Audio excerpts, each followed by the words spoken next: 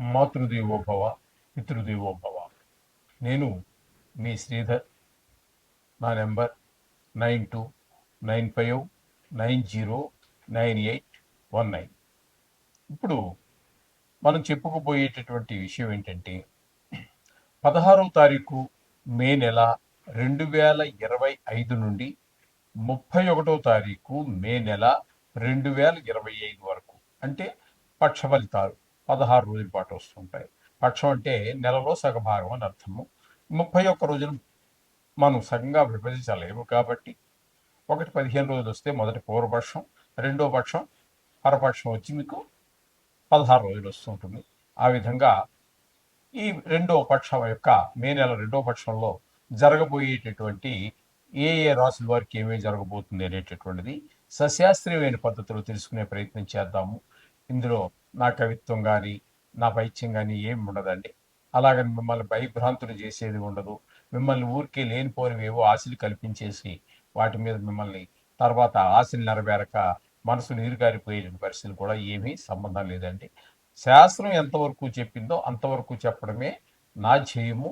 ఇక ముందు కూడా అలాగే జరుగుతుంది. దీంట్లో నా ప్రమేయం అంటూ ఏమీ ఉండదండి. సింహరాశి వారికి 16వ తారీఖు 5వ నెల 2025 నుండి 31వ తారీఖు 5వ నెల 2025 వరకు ఈ పక్షం రోజులు, అంటే 15 రోజులు, ఈ 15 రోజులు గోచార ఫలితాలు ఏ విధంగా ఉన్నాయనేటువంటిది సశాస్త్రీయమైన పద్ధతిలో తెలుసుకునేటువంటి ప్రయత్నం చేద్దామండి. ఈ సింహరాశి వారికి జన్మంలోనే కేతుగ్రహ సంచారం జరుగుతున్నది. ఒక్కరోజు మాత్రం ద్వితీయంలో ఉంది. అది పెద్ద పరిగణలో తీసుకోకపోయినప్పటికీ 17వ తారీఖు నుంచి నెలాఖరు వరకు మనం తీసుకుంటున్నాము కాబట్టి, ఇక్కడ మనకి శుభప్రదమైనటువంటి ఫలితాలు అయితే, ద్వితీయ స్థానంలో కేతు సంచారం వలన ధనంలో కొంచెం ఇబ్బంది పడే అవకాశం ఉంటుంది. మాటలో కఠినత్వం పెరుగుతుంది. తద్వారా కొన్ని చికాకులు వచ్చేటువంటి అవకాశం ఉంటుంది. మాట సరిగా మాట్లాడకపోతే కొన్ని చికాకులు కలిగేటువంటి అవకాశం ఉంటుంది. అలాగే ఇకపోతే కుటుంబ విషయంలో కూడా కొంచెం చికాకులు, పిల్లలు సరిగా చదువు మీద శ్రద్ధ పెట్టకపోవటం, ఆడటం, గాయాలు తగిలించుకోవడం లాంటి అవకాశం కూడా మనకి ఇక్కడ కనిపిస్తూ ఉంటుంది. ఈ విధమైన ఫలితాలన్నీ ఉంటాయి ఇక్కడ. ఇకపోతే 7వ స్థానంలో, అంటే సప్తమ స్థానంలో రాహు గ్రహ సంచారం జరుగుతున్నది. ఆ రాహు గ్రహ సంచారం వలన కుటుంబంలో భార్యాభర్తల మధ్యన మాట పెరిగే అవకాశం ఉంటుంది. అలాగే భాగస్వామ్యంలో వ్యాపారం ఎవరైనా చేస్తున్నట్టయితే, ఇద్దరు ముగ్గురు కలిసి ఒకే వ్యాపారాన్ని పెట్టుబడి పెట్టి చేస్తుంటే వారి మధ్యన కూడా అభిప్రాయ భేదాలు ఏర్పడే అవకాశం గోచరిస్తూ ఉన్నది.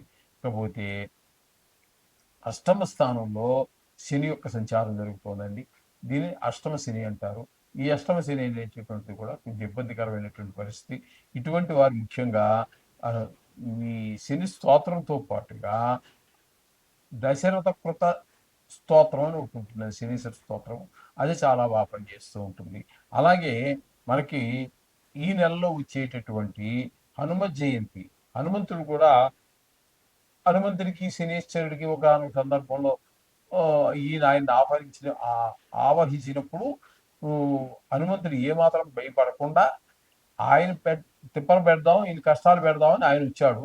కానీ ఆయననే కష్టాలు పెట్టేశాడు మన హనుమంతుడు. కాబట్టి హనుమంతుని యొక్క ప్రతి ఈ స్తోత్రము కూడా మనకి శనీశ్వరుని బాధ నుంచి తప్పిస్తుందని శాస్త్రం కాబట్టి అది కూడా మీకు ఉపయోగపడుతుంది. ఈ విధంగా ఉపయోగించుకోవచ్చు. అలాగే అష్టమ స్థానంలో శుక్రుని యొక్క సంచారం జరుగుతోందండి. అష్టమ స్థానంలో శుక్రుని యొక్క సంచారం యోగదాయకమైనటువంటిదే. అక్కడ ఆయన 8వ స్థానంలో ఉపయోగపడేటటువంటి గ్రహాలలో బుధుడు, శుక్రుడు మాత్రమే మనకు ఉపయోగపడతారు. ఇక్కడ ప్రాణానికి హాయిగా ఉంటుంది. అలాగే లాభాలు వచ్చే అవకాశం ఉంది. శుభ పరిణామాలు ఇప్పుడు కూడా అష్టమంలో సామాన్యంగా ఈ నవగ్రహాల్లో 7 గ్రహాలు దుష్ట ఫలితాలు ఇస్తాయి. కానీ ఇక్కడ మనకి ఈ శుక్రుడు, బుధుడు ఇద్దరు మాత్రం శుభ ఫలితాలు ఇస్తూ ఉంటారు. మంచి ఫలితాలన్నీ కూడా మనం శుక్రుడి ద్వారా పొందవచ్చు. తద్వారా వీరికి ఇంకా ఈ షేర్ మార్కెట్లో పెట్టే వారికి కూడా బాగుంటుంది. సినిమా రంగంలో వారికి, టీవీ రంగంలో వారికి కూడా ఆనందదాయకంగా ఉంటుంది. ఈ విధమైన ఫలితాలన్నీ ఆయన ఇస్తూ ఉన్నాడు. ఇకపోతే రాహు కూడా శనికి ఏమాత్రం తీసుకోని విధంగా ఆయన కూడా అదే రకమైన ఫలితాలే ఉంటాయి. కాకుండా కొంచెం క్రిమి కీటకాదుల వలన కూడా కొన్ని ఇబ్బందులు కలిగే అవకాశం ఏర్పడుతూ ఉంటుంది రాహు అష్టమ స్థాన సంచారం వలన. ఇకపోతే బుధుని యొక్క సంచారం తీసుకున్నట్టయితే ఆమ్, భాగ్యంలోను దశమ స్థానంలోను 2 స్థానాల్లో సంచారం జరుగుతుంది. భాగ్యస్థానంలో బుధుని యొక్క సంచారం సుఫలితాలు అయితే ఇవ్వదండి. మనకు వచ్చినటువంటి అదృష్టాలన్నీ చేజారిపోతూ ఉంటాయి. ఇక దశమ స్థానంలో అంటారా వ్యాపారం చక్కగా నడుస్తూ ఉంటుంది. ఈ విధమైనటువంటి చక్కటి ఫలితాలన్నీ దశమ స్థానంలో బుధుడు చక్కగా యోగకారకంగా వీటిని ఫలితాలు ఇస్తాడు. ఇకపోతే అదే దశమంలో రవి యొక్క సంచారం. రవి కూడా దశమ స్థానంలో చాలా చక్కటి ఫలితాలు ఇస్తాడు. ఎవరైనా ఉద్యోగం కోసం ప్రైవేట్ ఉద్యోగం కావచ్చు, గవర్నమెంట్ ఉద్యోగం కావచ్చు, ఏదో వ్యాపారం చేయాలనో, ప్రైవేట్ ఉద్యోగం, ఏదో ఏదో ఒక పని కల్పించుకోవాలి అనుకున్నటువంటి వారికి ఈ రవి ఏదో ఒక దారి తప్పకుండా ఈ 15 రోజులు చూపించేటువంటి అవకాశం ఉంటుంది దశమ స్థానంలో సంచారం కాబట్టి. ఇకపోతే ఏకాదశ స్థానంలో గురువు యొక్క సంచారం చాలా అద్భుతమైనటువంటి ఫలితాలు ఇస్తుంది. డబ్బులకు ఏ మాత్రమూ లోటు రాదు. ఇంట్లో ప్రతి ఒక్కరూ కూడా మీకు సహాయ సహకారాలు అందిస్తూ ఉంటారు. ఏ వ్యవహారం మొదటినా దిగ్విజయంగా పూర్తి చేయగలుగుతూ ఉంటారు. ఈ విధమైన ఫలితాలన్నీ గురువు సమకూరుస్తూ ఉంటాడు. ఇక కుజుని యొక్క సంచారం తీసుకుంటే వ్యయ స్థానంలో ఉందండి. వ్యయ స్థానంలో ఉండటం వల్ల వారికి కొంచెం మనోవిచారం ఎక్కువ ఉంటుంది. అలాగే శత్రుభయం ఎక్కువగా ఉంటుంది. గాయాలు అయ్యేట అవకాశం ఉంటుంది. ఖర్చులు కూడా విపరీతంగా తను ఊహించి ఉండడు. ఈ డబ్బులు వేరే దేనికో కేటాయించుకుని పెట్టుకున్నా కూడా ఆ డబ్బులు దానికి కాకుండా ఒక వృధా ఖర్చుకి వెళ్ళిపోతూ ఉంటుంది. ఇతను ఎంత కంట్రోల్ చేద్దామని ఇతని వరకు కాదు. ఆ విధమైనటువంటి పరిస్థితులన్నీ ఏర్పడతాయి. ఆ విధంగా కుజుని యొక్క వ్యయస్థాన సంచారం వల్ల ఆ విధమైన ఫలితాలన్నీ ఏర్పడతాయి. చేత వీరికి ముఖ్యంగా ఈ సింహరాశి వారికి అటు శని శుక్ర భగవానుడు బాగా అనుకూలంగా ఉన్నాడు. అలాగే దశమంలో ఉన్నటువంటి రవి బుధులు అనుకూలంగా ఉన్నారు. రవి బుధులు అనుకూలంగా ఉన్నారు. ఏకాదశంలో ఉన్నటువంటి గురుడు కూడా అనుకూలంగా ఉన్నాడు. కాబట్టి 4 గ్రహాల అనుకూలత మొత్తంగా చెప్పుకోవాలి అంటే సింహరాశి వారికి బాగుందనే మనం చెప్పుకోవాల్సి ఉంటుంది. ఎంత బాగుంది అనుకున్నప్పటికీ కొన్ని గ్రహాల ప్రతికూలతలు ఉంటూనే ఉంటాయి. వాటి ప్రభావం కూడా తప్పకుండా ఉంటుంది.